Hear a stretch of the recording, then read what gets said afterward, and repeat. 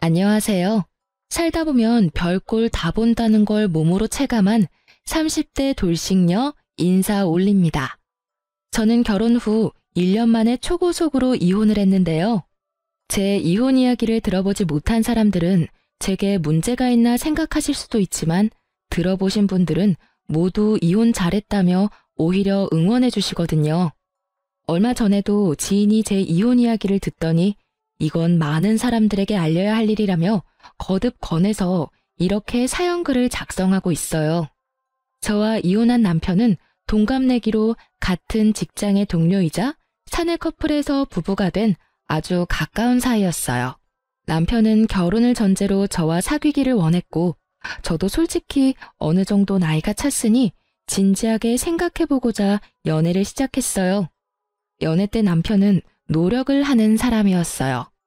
저를 위해 모든 걸 맞춰주고 제 취향에 맞춰주는, 고기를 싫어하는 저를 위해 매번 채식이나 해산물 가게를 찾아주는 아주 좋은 남자친구였죠. 그 세심한 모습에 반해 정말로 결혼을 진지하게 생각했어요. 그리고 남편은 결혼을 하기 위해 집을 구매했다고 했어요. 난감하게 웃으며 은행 빚이 많지만 그래도 자기 집이라고 하는 걸 보니 제가 나머지는 벌어서 생활하면 될 것 같다고 생각했어요. 집도 있고 제가 벌면 생활비도 있으니 괜찮겠지. 그렇게 생각하던 차에 생각지도 못했던 아이가 생겼어요. 솔직히 생각지도 못했다는 건 거짓말이었고요. 남편은 항상 제게 아이를 가지고 싶다고 이야기를 했었어요. 그리고 매번 피임을 하다가 저도 결혼 생각이 짙어지자 결국 피임에 소홀하게 됐고 그렇게 아이가 찾아온 거죠. 아이가 생기고 보니 육아휴직을 하게 되면 생활이 힘들 것 같더라고요. 그때는 부모님에게 손을 조금 벌려야지 생각했어요. 저희 집은 제가 못나서 그렇지 아버지는 교수, 어머니가 교사로 솔직히 못 살지는 않아요. 그렇기에 빌리고 나중에 갚자는 생각도 편하게 했었고요. 시댁은 시골인데 가족들도 엄청 많은 집안이었어요. 솔직히 임신해서 결혼하는 건데 남편이 엄청 원해서 그 집안에서도 축하해 줄 줄 알았거든요. 그런데 처음에 상견례 겸 시모를 봤는데 엄청 친절하게 대해주시기는 하셨지만 뭐랄까 그 눈빛이 엄청 차가웠어요. 그렇지만 본래 그런 인상일지도 모른다고 편하게 생각했어요. 시부도 마찬가지로 정말 즐겁지는 않은 가식적으로 웃고 있는 느낌을 많이 받았고요. 저는 이 자리가 딱딱한 자리라 그런가 보다라고 마음 편하게 생각해버렸어요. 그때 다른 선택을 했다면 어땠을까? 지금도 생각하게 만드네요. 사실 이혼에 대한 생각이 강하게 들었던 첫날은 놀랍게도 결혼식 당일이었어요. 그때 저는 무척이나 지쳐 있었어요. 남편이 집을 해오느라 막대한 원금과 이자가 나가고 있어서 결국 결혼과 관련된 재반 비용은 모두 제가 낼 수밖에 없었어요. 그 모습에 친정오빠는 왜 네가 다 하냐고 남편을 굉장히 나쁘게 보더라고요. 저는 오빠를 다독였어요. 어차피 결혼하면 둘이 같이 살 거고 그 집도 우리 둘이 사는 집이 될 거다. 집 가져오는데 내가 혼수하는 게 맞고 결혼식 비용도 내는 게 맞다고 했었죠. 그런데 시모가 결혼 며칠 전에 폭탄을 하나 터뜨리더군요. 예, 너희 이쪽에서 미리 피로연 하는 게 어때? 피로연이요? 식장을 최대한 시댁과 가까운 지역으로 잡으려고 애썼는데 결국은 그렇게 말이 나온 거였죠. 저는 남편을 쿡쿡 찔렀어요. 남편은 시모에게 어물쩍 말했어요. 결혼식만으로도 힘든데 무슨 피로연이에요? 그냥 결혼식만 하셔도. 얘 좀 봐. 너 우리 친척들 모두 우리 지역에 다 몰려있는 거 모르니? 차 대절해서 가려고 해도 그날 모이기 힘든 사람도 있는데 그런 친척들 위해서 하라는 건데 그것도 못해? 너 그러면 못 써? 시모는 남편을 향해 강하게 말했지만 딱 보니 저 들으라고 하는 말이었어요. 이쯤에서는 시모도 알고 있었거든요. 제가 이 결혼식 비용을 모두 내고 있다는 걸요. 결국은 시모의 등살에 못 이겨 피로연까지 하게 됐어요. 본식 2주 전에 했는데 시댁 쪽 친척들이 모두 모여서는 아주 난리가 났더라고요. 게다가 피로연에서도 축의금을 걷었는데 그걸 시모가 싹 다 가져가더라고요. 피로연장 잡고 음식 준비도 제가 다 했는데 말이죠. 남편이 가져갔다면 식장 대여비와 음식 비용만으로도 제가 빼올 수 있었을 텐데 그렇지만 크게 걱정은 안 했어요. 결혼식 때 남편에게 식대로 정산을 받기로 했었거든요. 얼마를 썼는지만 정확하게 계산해 두기로 했죠. 시모가 좋아하면 됐다고 생각을 하고 결혼식에는 좀 차분하게 진행되겠지 싶었는데 시모의 도를 넘는 행동은 결혼식 바로 전에 또 터졌어요. 자기가 극구 노래를 부르겠다는 거예요. 저는 어이가 없었어요. 그리고 예식장 도우미 선생님들도 당황하기는 마찬가지였죠. 내가 노래교실 다니지 않니? 한곡 멋들어지게 뽑아줄 테니까 나한테 맡겨. 어차피 너희 축가며 뭐며 아무것도 없다면서? 그렇게 재미없는 결혼식 괜찮겠니? 내가 분위기를 띄워줄 테니까 걱정 마. 시모의 말에 저는 정말 미쳐버리겠더라고요. 결국은 저는 몰래 직원을 불러내서 말했어요. 죄송한데 저희 어머니한테 결혼식 날 노래 준비는 안 될 것 같다고 좀 말씀해 주세요. 이러다가 제 결혼식 다 망치겠어요. 결국 결혼식장에서는 준비되지 않은 노래는 부를 수 없다고 했고 저도 시모에게 결혼식에서 말고 다른 때 불러달라고 했죠. 바락바락 하겠다고 우기던 시모도 예식장 측에서 안 된다고 하니 받아들이긴 하더라고요. 그런데 결혼식 날 초대받아서 온 제 친구가 저한테 조심스럽게 다가와 이야기하더라고요. 너 벌써 시댁이랑 무슨 일 있는 거 아니지? 네 시어머니 되시는 분이 여기저기 네 욕 엄청 하고 다니셔. 말 안 하려고 했는데 그래도 네가 모르고 나중에 들으면 더 놀랄까 봐 미리 말해주는 거야. 너 조심해야겠다. 친구의 말에 저는 얼굴이 달아오르는 걸 느꼈어요. 강철 같은 신부 화장이 아니었다면 저의 흥분은 모두 고스란히 드러났겠죠. 저도 나이를 뒤로 먹은 게 아니다 보니 제가 받은 열을 삭히는 건 일도 아니었어요. 다만 겉으로 웃고 있는 얼굴과는 다르게 몸속에서는 이미 분노가 극에 달했지만요. 참아야 한다, 내 얼굴에 침 뱉기야, 그 생각만 내도록 했어요. 완벽한 결혼식을 위해서 절대로 화를 내지 않았죠.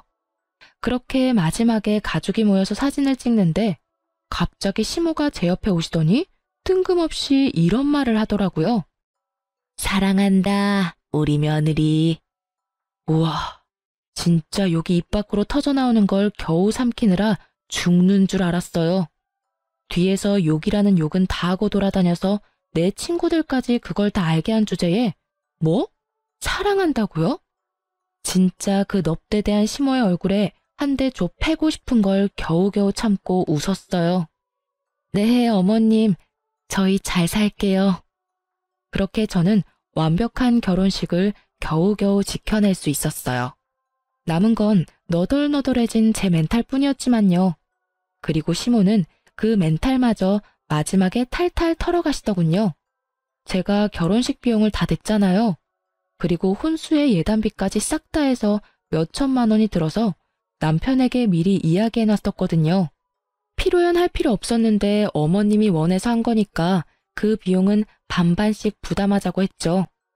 솔직히 돈은 제가 다 냈는데 들어온 축의금은 시댁에서 다 가져갔으니 저도 남는 게 있어야 나머지 결혼식을 제대로 치를 수 있잖아요. 그때 남편은 알겠다고 확실하게 말해줬어요. 지금 당장 돈이 없으니 결혼식 때 들어오는 축의금에서 떼주겠다고 했는데 막상 정산하러 내려갔더니 시모가 남편에게 들어온 축의금을 모조리 들고 식대 계산을 하고 있더라고요.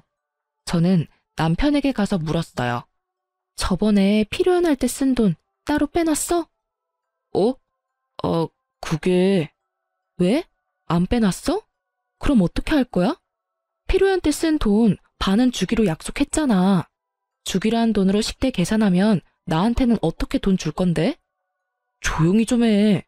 너도 어차피 축의금 들어온 거 있잖아. 그 금액도 다 남을 건데 그걸로 우선 쓰면 되지. 너 식대가 다 내 돈인 줄 아니? 그거 우리 부모님이 친구들 친척들 결혼식 돌아다니면서 낸 돈 돌려받는 거야. 내 친구들이 준 돈만 오로지 내 거라고. 게다가 그 돈이 들어온들 어차피 혼수로 다 나가야 하는 돈인데. 결국 제 입에서 고운 소리가 나올 리 없었고 큰 소리가 버럭버럭 터져나왔어요. 솔직히 작게 이야기할 수 있었고 조심스레 이야기할 수도 있었어요. 시모의 행동들이 없었다면 말이죠. 이미 시모의 행동들로 제가 기분이 팍 상해 있는데 남편이 저러니 말이 곱게 나가질 않더라고요. 예, 너는 이제 막 결혼한 애가 남편을 잡어? 아니, 남자가 집을 다 해오면 네가 자질구레한 건 내야지. 넌 기생충 마냥 남자한테 빌부터 살려고 벌써부터 그러는 거야? 기생충요? 누가 기생충인데요? 어머님, 집을 가져오면 뭐해요? 다 대출이라 원금 이자만 월급만큼 나가는데. 그러면 어차피 제 월급으로 생활해야 하는 거 모르셨어요?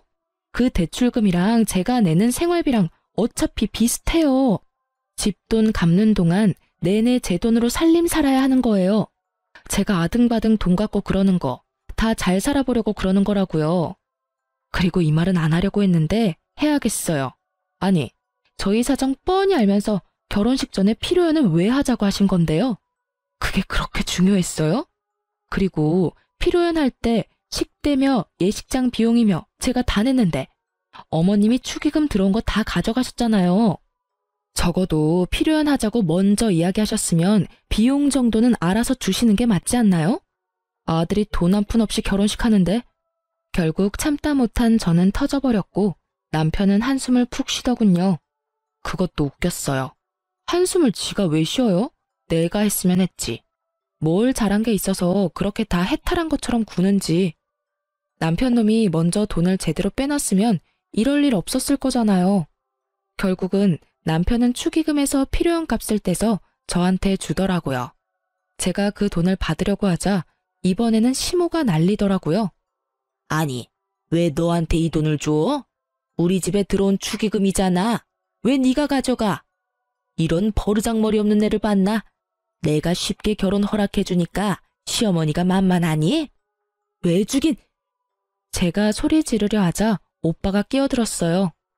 사돈 어른께서 이해하세요. 매제는 집을 해오느라 돈이 없어서 결혼식 비용을 못 대는 상황이고 이쪽도 혼수와 예단비, 결혼식비로 돈을 어느 정도 마련했는데 예상이 없던 필요연을 하게 돼서 돈이 모자라게 됐거든요. 결혼식은 둘이 하는 거니 둘이서 나누는 게 맞다고 생각합니다. 저희가 혼수 예단을 하지 않았다면 또 모를까.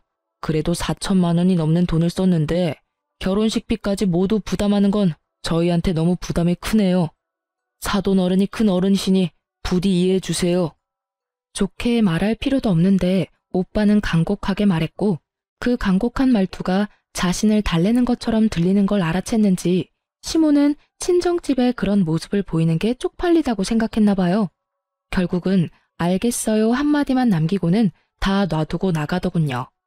그 뒷모습을 보는데 정말 아침부터 밥도 못 먹고 결혼식 하느라고 난리치는 제가 왜 여기 있나 하는 생각만 들었어요. 저런 시모를 모시고 살아야 하는 제 앞날도 캄캄했고요. 이때부터였어요. 시댁에 대한 제 평가는 최하였어요. 지금도 마찬가지지만 이때부터 다 때려치고 싶었지만 뱃속에 있는 아이 때문에 겨우겨우 참았어요. 그런데 그 마지막 인내심마저 쪼개버린 일이 얼마 지나지 않아 또 일어난 거죠.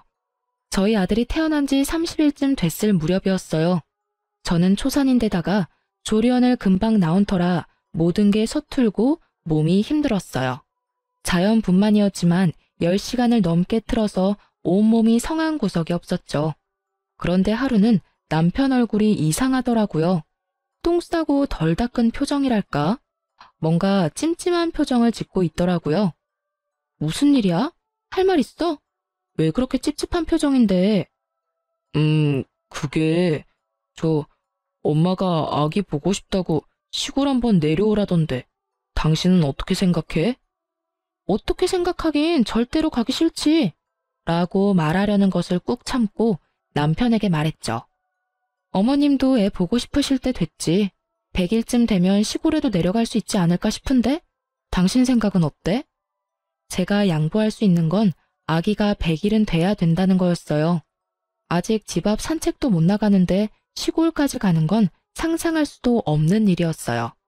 만약 시댁이 도심지에 있었다면 달랐을지도 모르죠. 시댁은 시골 산골에 집이 있어서 벌레도 많고 시부모가 애가 온다고 해서 신경 썼을 것 같지도 않았거든요. 예전에 제가 시댁에 내려갔을 때도 역시나 청소한 적이 없는 집 모습에 학을 떼고 온 기억이 있었으니까요. 아기 건강을 위해서 최대한 양보한 게 100일이었어요. 제 말을 들은 남편도 그 의견에 동의했는지 고개를 끄덕이며 시모에게 톡을 보내더라고요. 그렇게 일 하나 해결됐나 싶었는데 갑자기 제 폰이 울리더라고요. 시모의 카톡이었어요. 너만 애 낳아봤니? 너만 힘들어? 왜 혼자 유별나게 굴어? 애를 낳았으면 데리고 와야 하는 게 당연하잖아. 우리가 남도 아니고. 정말 서운하다. 너 진짜 우리 안 보려고 작정한 거니? 시모의 카톡을 보니 머리가 지끈거리더라고요. 제가 무슨 수를 쓰지 않으면 몇 날 며칠을 저렇게 사람을 쪼아댈 게 분명하니 저는 한 발 더 양보했어요. 그리고 시모에게 전화했어요. 어머님, 아기가 아직 바깥바람 쐬기 힘들어요. 보고 싶으시면 나중에 어머님이 올라오세요. 제가 힘들어서가 아니라 애가 힘들어서 그래요.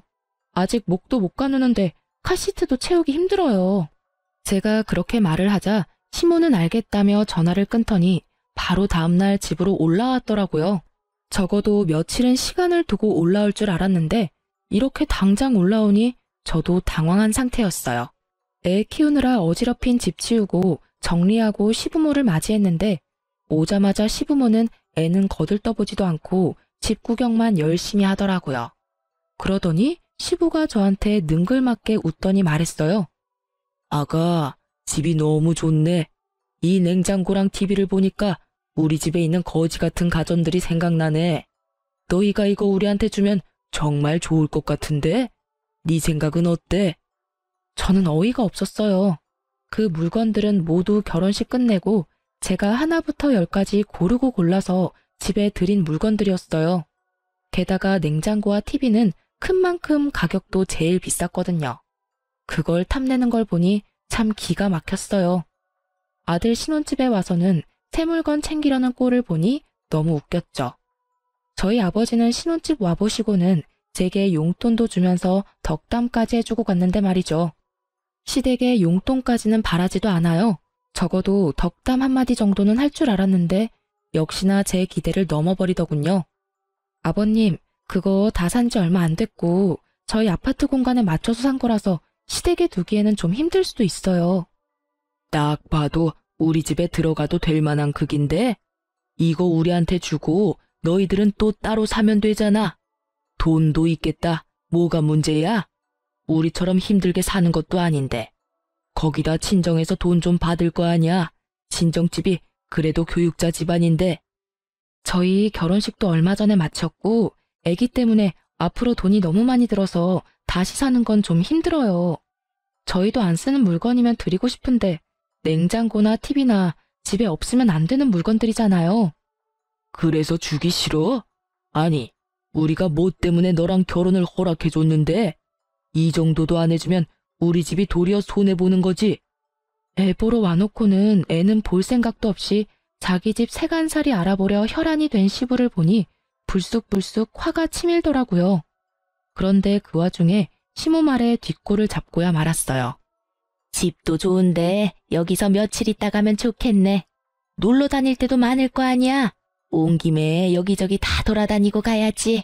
저는 애 때문에 힘들어서 거동도 제대로 못하는 데다가 제대로 씻지도 못하는데 시부는 결국 일주일을 집에 머물렀어요. 그러면서 있는 내내 제가 해주는 밥 3끼 꼬박꼬박 얻어먹고 아침 저녁으로 빨래 내놓더라고요.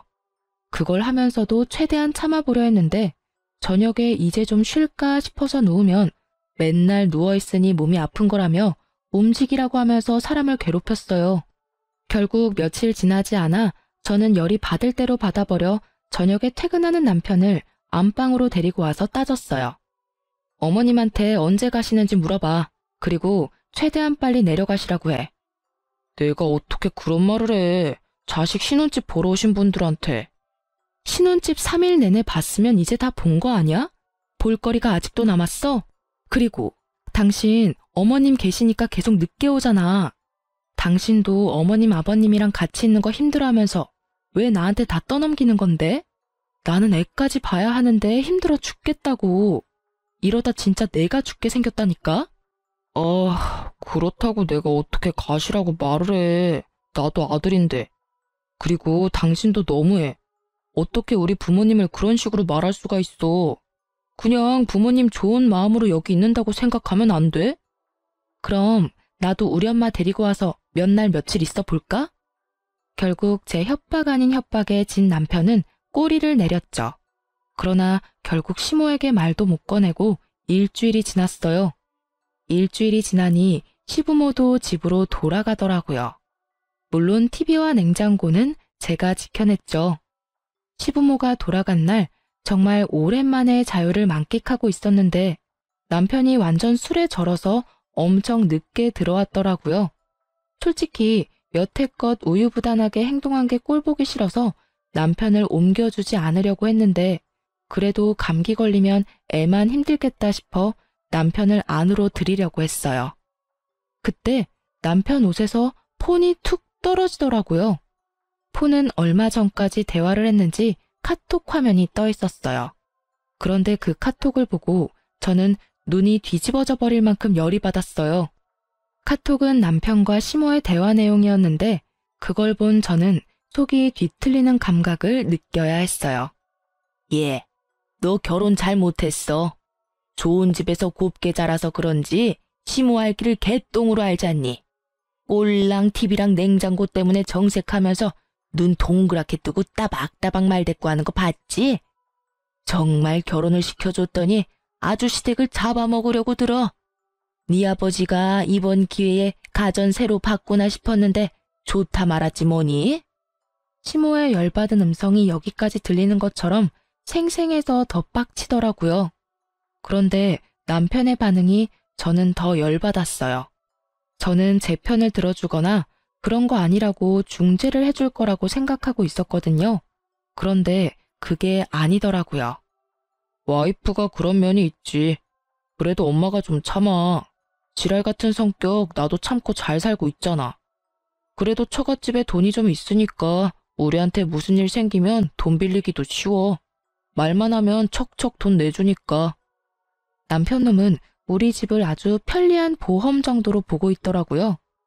그리고 냉장고랑 TV는 상황 봐서 내가 사줄게. 나 몰래 꿍쳐놓은 돈 좀 있어.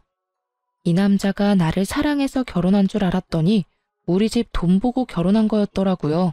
이럴 거면 우리 아버지랑 결혼하지 그랬냐는 생각이 들 정도였거든요. 제가 무슨 일이 있으면 친정에 전화하니 아주 우리 집을 자기 돈줄로 아는 모양이었어요. 게다가 정말 괘씸한 건 아기 분유 기저귀 한 번을 사다 준 적 없고 그럴 때마다 자기 아파트 대출금 때문에 돈 없다 하더니 시부모 냉장고 TV 사줄 돈은 언제 꿍쳐놓은 건지. 그런데 밑으로 이어진 대화를 볼수록 더 기가 찼죠.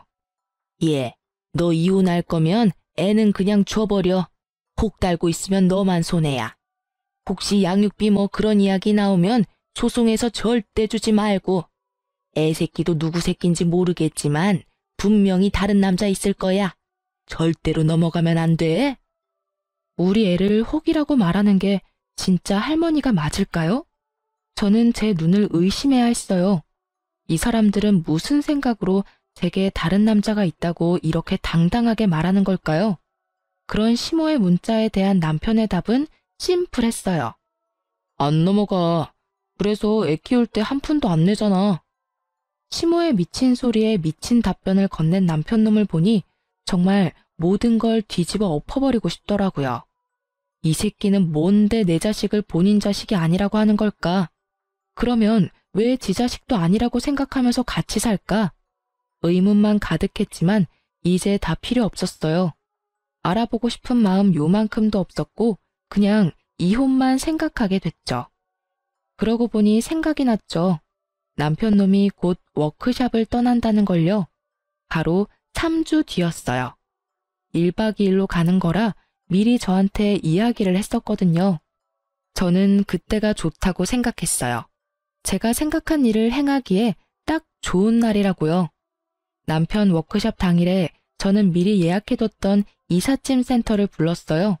그리고는 제가 산 가구며 가전들을 모두 친정집으로 옮겨버렸어요. 친정에는 미리 이야기를 해놓은 상태였거든요. 처음에 이혼 결심하고 부모님에게 가서 이야기했을 때 부모님 기분도 무척 안 좋으셨어요. 두 분 다 교육자라 그러신지 제게 결혼은 가문의 결합이며 뭐 이런 말들을 운운하며 저를 답답하게 만들더라고요. 그래서 결국은 시모와 남편의 행동에 대해 이야기해버렸죠. 이중인격처럼 앞에서는 쳐웃고 뒤에서는 욕하는 시모와 그런 시모에게 자기도 지랄 같은 내 성격 참아주며 산다는 남편의 말을 두 분에게 들려드렸더니 두 분 다 열이 받으셨죠. 특히 아버지는 얼마나 화를 내시는지. 그러지 않아도 내가 너 결혼식 때 너무 이상했어. 아들이 집 사온다고 어떻게 모든 걸 너한테 다 맡길 수가 있어?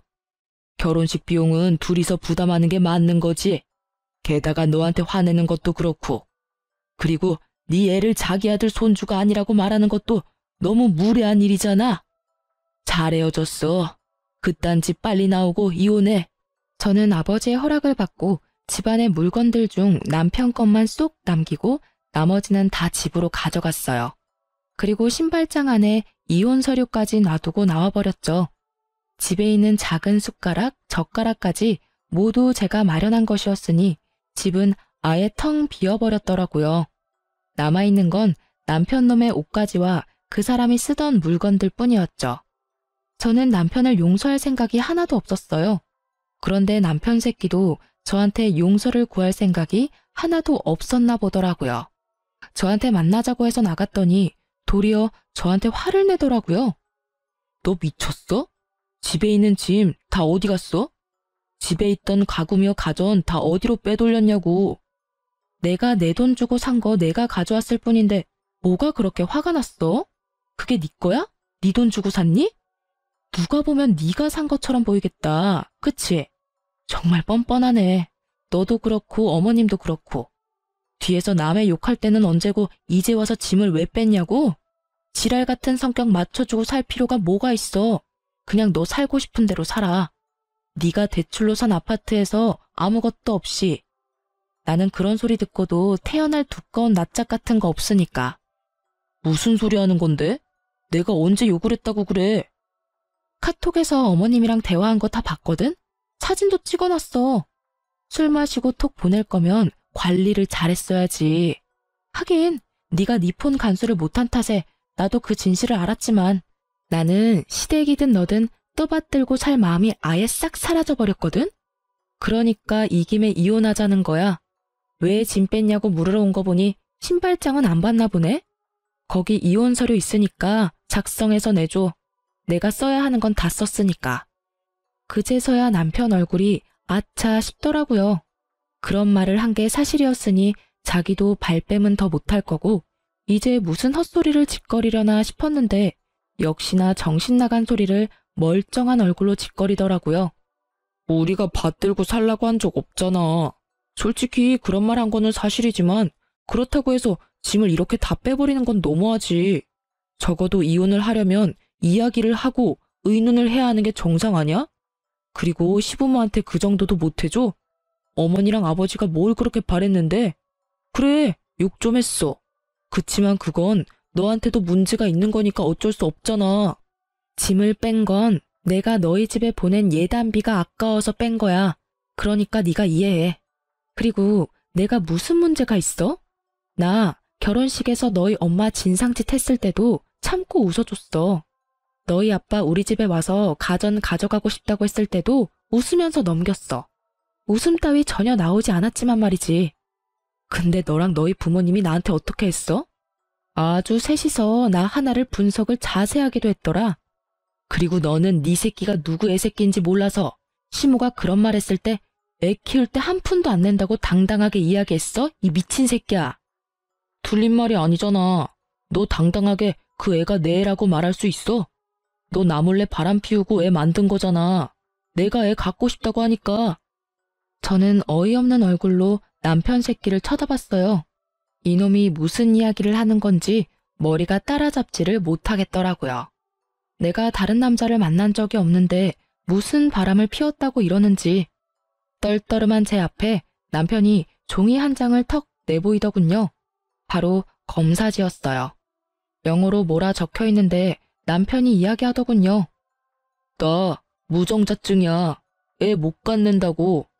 내가 애를 가지고 싶다고 이야기한 게 그냥 한 이야기인 줄 알았어? 나 자연 임신 시킬 확률이 엄청 낮거든? 게다가 너랑 나 그만큼 많이 관계한 것도 아닌데 애가 금방 생겼잖아. 네가 내가 가진 집 노리고 다른 놈 씨 갖고 장난친 거잖아. 그제야 이 새끼가 하는 말이 다 이해가 되더라고요. 본인이 고자인 걸 알고 있으니 애가 지 새끼가 아니라고 확신했던 거고요. 그렇지만 저 또한 확신하거든요. 그 기간 동안 맹세코 바람을 핀 적이 없으니까요. 넌 그럼 내가 남의 애 가졌는데 왜 결혼했어? 그럼 네 새끼 아니라고 말했으면 이야기가 더 쉬웠을 거 아니야. 결혼을 아예 안 했으면 너한테도 나한테도 더 좋았을 거라고. 애가 있으면 내가 정상으로 보이니까 그랬어. 그리고 너 집 잘 살잖아. 애 하나라도 있으면 애 앞세워서 돈 좀 받을 수 있을 것 같아서 그랬지. 저는 결국 못 참고 남편 놈 뺨때기를 한 대 올려쳤어요. 그리고 남편 놈 억지로 데리고 친자 검사하는 연구소를 찾아서 데리고 갔어요. 남편 놈이 나중에 다른 말 못하도록 보는 앞에서 남편 놈이랑 애 유전자 채취해서 검사 보냈어요. 네가 그렇게 의심하면 진짜 사실을 보여줄게. 저거 나오면 우편으로 양쪽 집에 다 보내달라고 할 거야. 그 결과 나오면 이야기해. 저는 제 할 말만 하고 나와버렸어요. 남편 놈 꼬라지도 보기 싫었거든요. 여태껏 우리 애를 제 자식이 아니라고 생각하니 온몸이 덜덜 떨리는 배신감에 진짜 기분이 더럽더라고요. 그리고 몇 주 후에 우편이 왔더라고요. 저한테 왔으면 남편에게도 갔을 거라고 생각했어요. 그리고 그날 저녁 결국 남편이 만나자며 제게 전화를 걸어왔고요. 결과는 안 봐도 뻔했죠. 친자 관계 일치 99.9%요. 제가 만나지 않겠다고 말했더니 남편 놈이 저희 집에 찾아왔더라고요. 그러면서 우리 집 앞 문 앞에서 무릎 꿇고 앉아서는 울며 불며 아파트 떠나가라 울더라고요. 여보, 내가 잘못했어. 나는 그런 거 진짜 모르고 내가 무슨 짓을 했는지 모르겠어. 뭘 잘못했는데? 너 그냥 너 살고 싶은 대로 살았잖아. 우리 애가 네 애 아니라고 믿으면서 애한테 얼만큼 상처 줬는지 알기나 해? 게다가 넌 나까지 모욕한 거야. 내가 너 놔두고 바람을 피웠다고? 넌 내가 그렇게 뻔뻔한 여자처럼 보였니? 여태껏 남의 자식이라고 생각하고 살았으니까 그냥 남의 애라고 계속 생각해.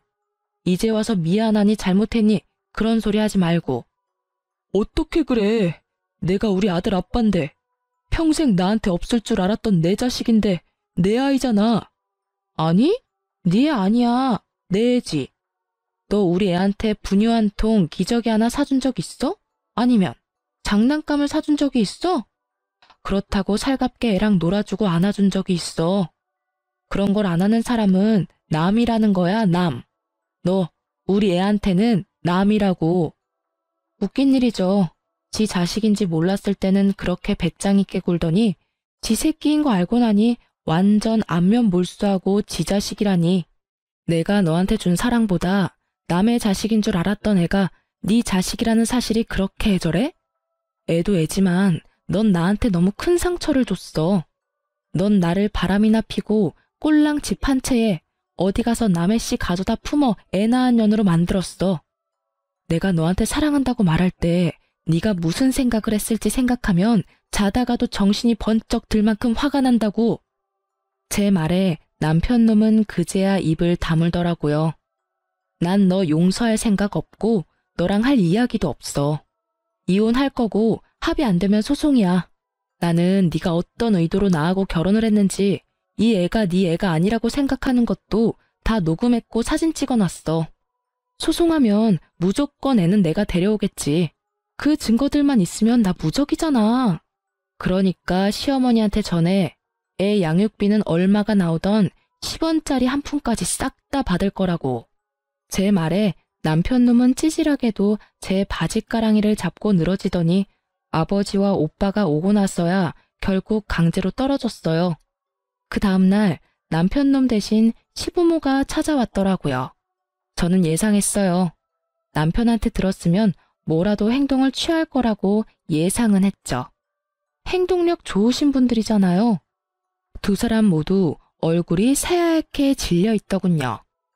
며느라가 제발 이혼만은 하지 말아줘.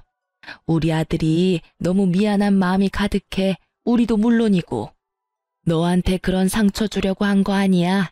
그냥 우리들끼리 하는 이야기였고, 알잖니. 임금님 없는 자리에서는 임금 욕도 한다고. 어머님, 저랑 그이랑 이혼하는 거 바라셨잖아요. 원하시는 대로 해드릴게요. 대신 애는 그이 애인 거 확인하셨을 테니까 양육비는 다 받을 거예요.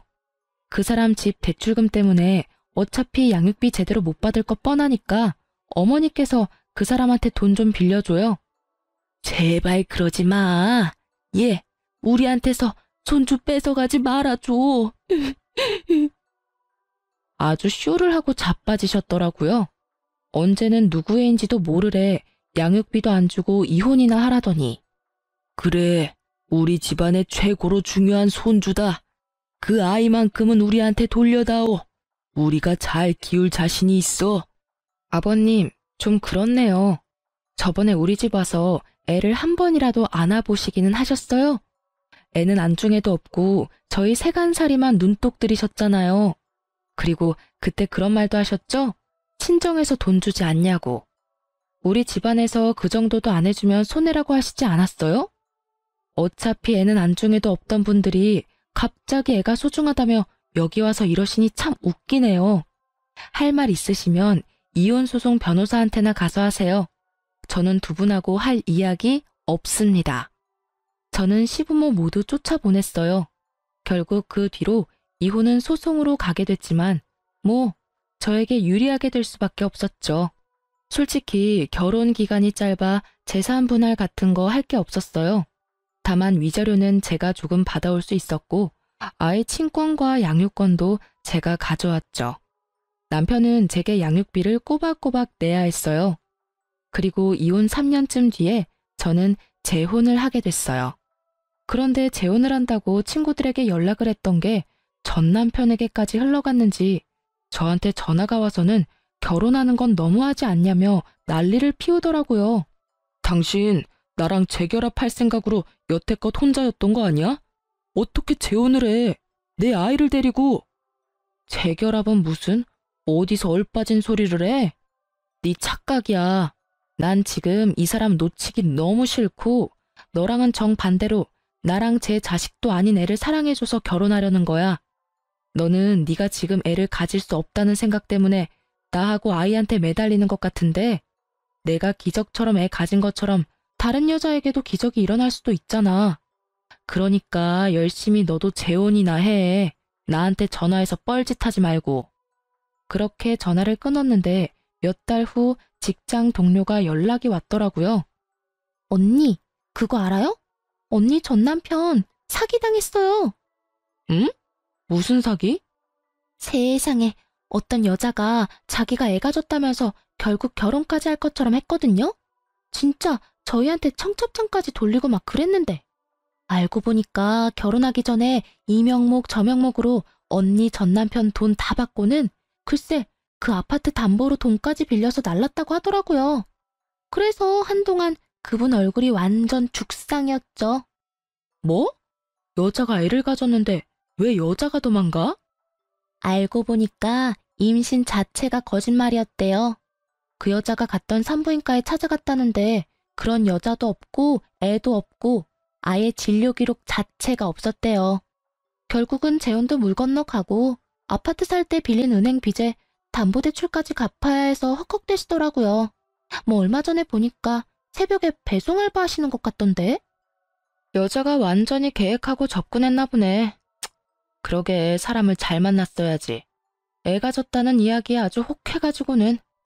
저번에 나 애 가졌다고 했을 때처럼 남의 남자애는 아닌지 의심이라도 하든지 안 하고. 근데 그 집의 비극이 거기서 끝이 아닌 거죠. 뭐가 더 남았어? 그 여자가 뱃속에 애를 들먹이면서 그 댁 부모님한테도 돈을 엄청 빌려갔대요. 그것 때문에 큰돈 잃어서 두 분 다 그 여자 잡으러 동분서주 돌아다니시다가 결국에는 없던 병까지 얻어서 병원 신세 지고 있다고 하던데요. 정말 상상을 뛰어넘네. 그러게요. 지금 생각해도 잘 빠져나오셨어요, 언니. 그런 집안에 있었으면 얼마나 고생했을지 안 봐도 훤하네요. 직장 동료의 전화를 끊고 참 많은 생각이 들었어요. 저에게는 그렇게 날카로웠던 의심의 칼날이 그 사기꾼 여자한테는 들지 않았다는 게 참 웃겼어요. 결국 제 진짜 핏줄은 품어보지도 못하고 잃게 생겼고 제 혼은 막판에 엎어져 막대한 빚만 졌으니 말이죠. 그걸 보니 제가 빠져나온 게 참 잘 됐다는 생각이 들긴 해요. 저는 지금 재혼을 해서 잘 살고 있거든요. 지금 시댁은 저한테 너무 잘해주셔요.